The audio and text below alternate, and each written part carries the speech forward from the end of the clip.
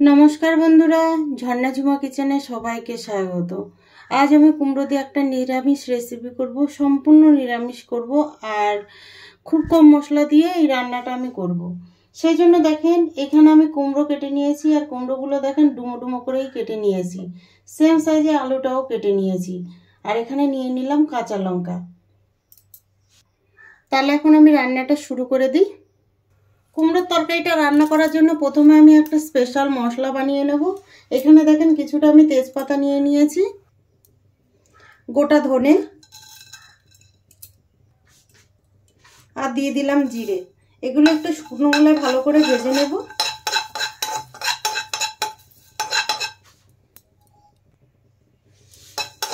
দেখেন মশলাগুলো ভাজা হয়ে গেছে, আমি তুলে নিচ্ছি। বেশি কালো করা যাবে না, ঠিক এইরকমই ভেজে নিতে হবে।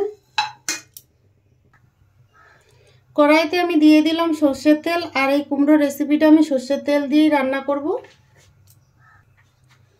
ফোড়নে দিয়ে দিলাম একটা তেজপাতা, শুকনো লঙ্কা, গোটা জিরে,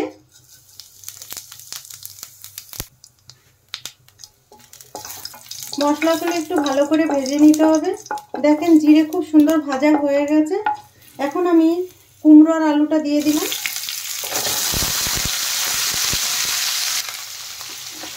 কুমড়ো আর আলু প্রথমে একটু নেড়ে চেড়ে ভালো করে ভেজে নেব।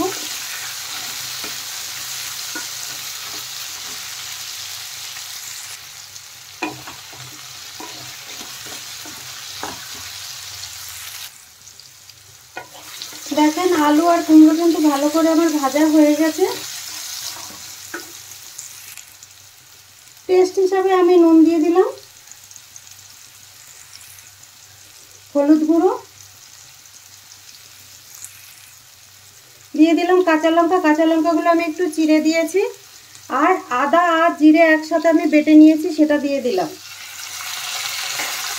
দিয়ে এখন ভালোভাবে নেড়ে চেড়ে মশলাটা কষিয়ে নেব।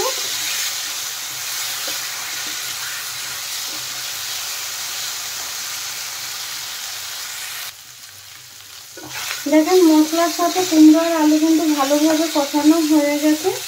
এখন আমি এখানে কিছু দেখেন সেদ্ধ ছোলা, এগুলো ভিজিয়ে রেখেছিলাম, ভিজিয়ে হালকা ভাপিয়ে নিয়েছি আমি, তো সেটা দিয়ে দিলাম।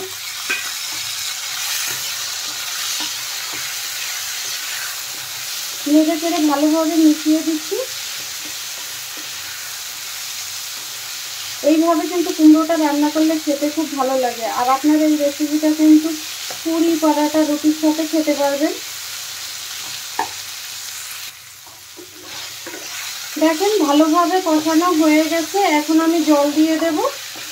আর বেশি কিন্তু জল দেওয়ার দরকার নেই, কুমড়োটা দেখেন অলরেডি গলেই গেছে।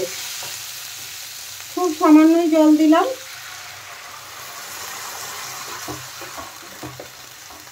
আর এই কুমড়োর তরকারিটা কিন্তু মাখা মাখা হবে, বেশি গ্রেভি হবে না। আর খুব সামান্য দিয়েছি। দিয়ে দিলাম চিনি, যেহেতু কুমড়োর তরকারি একটু মিষ্টি মিষ্টি খেতে ভালো লাগে। দিয়ে এখন নেড়ে চেড়ে ভালোভাবে দেখেন এখন ঢেকে দেব আমি 2 মিনিটের জন্য। ঢাকনা উঠিয়ে এখন দেখে নেব আমি।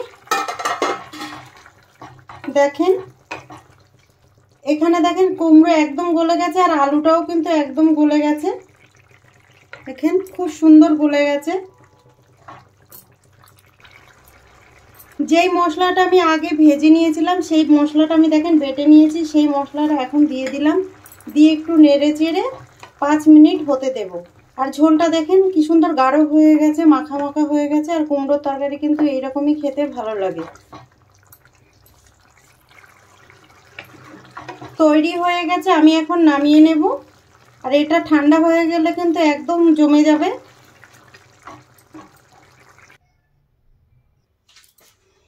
এখন আমি দেখেন বাটিতে নিয়ে নিয়েছি।